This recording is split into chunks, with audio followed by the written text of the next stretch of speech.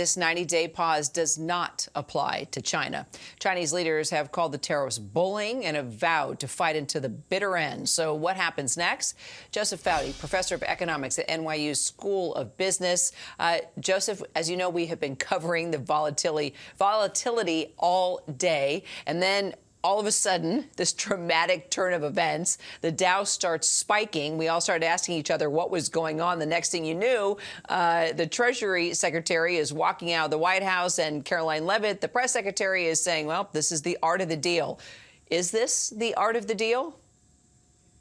Well, one wonders if they're just sort of repackaging what was a response to just really bad market data. In the middle of the night last night, we saw sudden surges in Treasury rates.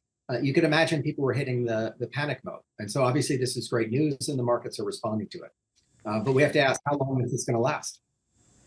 Okay, so we were going through all different types of theories on how this could happen, that all of a sudden at this particular time, not long after, by the way, the president puts out on True Social, buy now, great time to buy.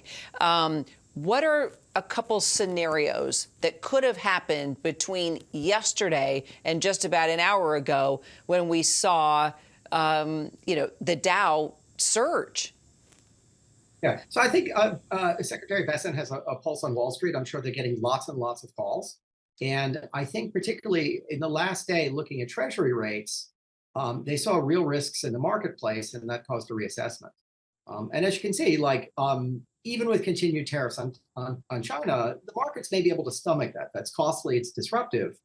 But the idea of a sort of unilateral tariff war against the world, unsurprisingly, not only is that potentially going to backfire, but it's very, very difficult for any business anywhere in the world, let alone in America, to plan at this point. And so at least we've got 90 days. Okay, so we've got 75 countries that the administration says has come to the table because of the hard stance, the art of the deal that the president has carried out here.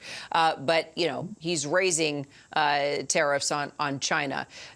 Do you think this is all coming down to China and getting China to do what the president wants to do? What are your thoughts on the China strategy here? Yes, I think there's always been broad support on a tougher line in China, not just in the U.S., but I think a number of our allies would have been supported as well. That's why we've been a little bit mystified that the first tensions were targeting allies like Canada and Mexico. I think the challenge is this is still a pause. It's still not clear what's the president's long-term goal. He stated for years, really for decades, that any form of a bilateral trade deficit is a concern to him. And so if we can do deals with those countries, that's excellent. I'm just not sure ultimately that's going to happen.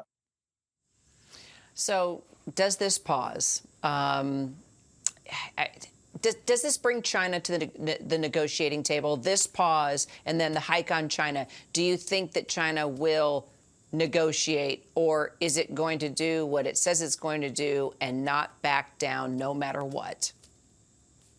Yeah, so everyone says they're not going to back down until they do, including the United States. I think our concern or question is, if you're in the Chinese government, what's a deal you could make with the Trump administration that you're sure is going to stick? I think the president President Trump wants to meet with President Xi and make that deal. I think the Chinese are just very nervous that the goalposts are going to move. But obviously, neither country in the long run wants a world of 100% tariffs. Got it. Well, in 90 days, are we right back here again where we started? I mean, how do you see this playing out?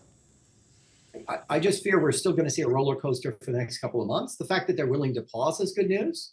And, if we can actually see some bilateral deals happen, that's great. I think there's a number of countries that are willing to do so. I think Europe has already said they could envision a world where we reduce or eliminate all our tariffs and they do theirs as well. The issue is, in that world, we're still going to have trade deficits with plenty of countries.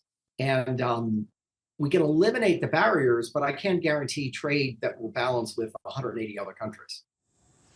All right, Professor Joseph Foudy, so glad you could join us. Pretty wild day. Thank you.